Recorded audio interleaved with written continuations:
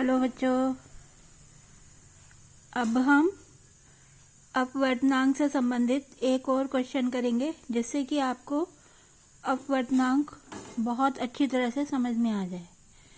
बच्चों, जब हम अपवर्तनांक निकालने की कोशिश करते हैं तो हमें दो तीन चीज़ें बहुत अच्छी तरह से ध्यान रखनी होती है कि प्रकाश की किरण जब किसी विरल माध्यम से सघन माध्यम में जाती है, वायु क्या है?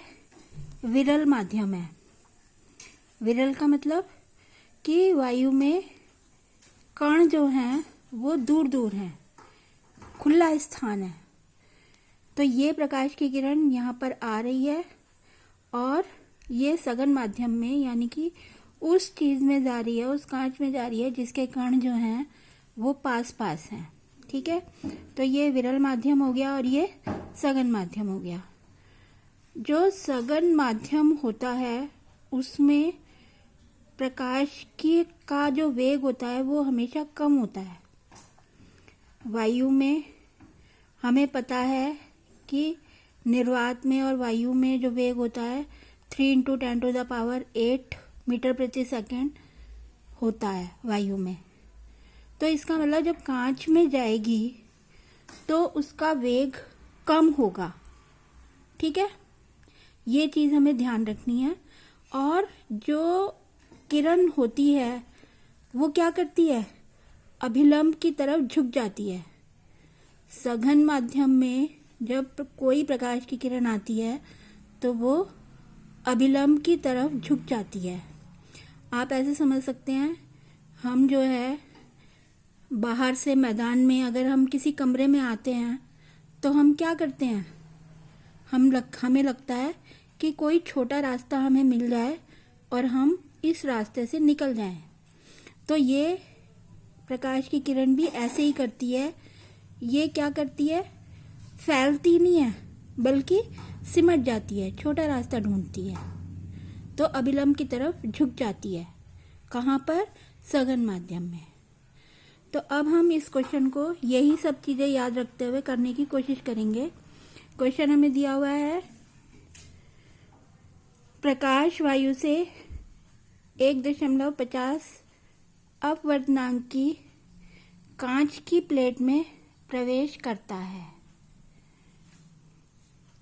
कांच में प्रकाश की चाल कितनी है? हमें यहाँ पर वायु है, वायु में से कांच में प्रकाश आ रहा है। हमें वायु में प्रकाश की चाल पता होती है, ये c होती है। c की वैल्यू 3 × 10⁸ मीटर प्रति सेकंड होती है, ये हम जानते हैं। अब हमने क्या किया? फॉर्मूला रखा। हमें किसके सापेक्ष, वायु के सापेक्ष कांच का अपवर्तनांक निकालना है। वायु विरल माध्यम है, कांच सघन माध्यम है, तो हमें उसका अपवर्तनांक, उसका वेग निकालना है, वेग निकालना है। तो हमने फॉर्मूला रख दिया। जो ये बाद में चीज दी हुई होती है वो हमेशा हमें याद रखना है कि वो ऊपर आता है और जिसका निकालना है वो नीचे, यानी ये वाली चीज ऊपर और ये वाली चीज नीचे आती है हमेशा। ये हमें हमेशा याद रखना है। अब हमने वैल्यूज रख दी। अपवर्तनांक हमें दिया हुआ था 1.50, ये हमने यहाँ पर अपवर्तनांक रख दिया। सूत्र हमारा c/v। ठीक है, उसके बाद क्योंकि हमें c की वैल्यू पता है 3 ×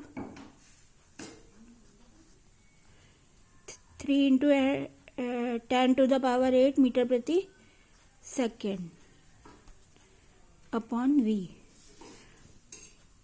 वैल्यूज रखने के बाद में हमने क्या किया? इसको बिल्कुल अलग कर दिया जिससे कि कंफ्यूजन ना हो। ये वैल्यू हमने बिल्कुल अलग रख दी है। अब हमें सिर्फ इसको सॉल्व करना है।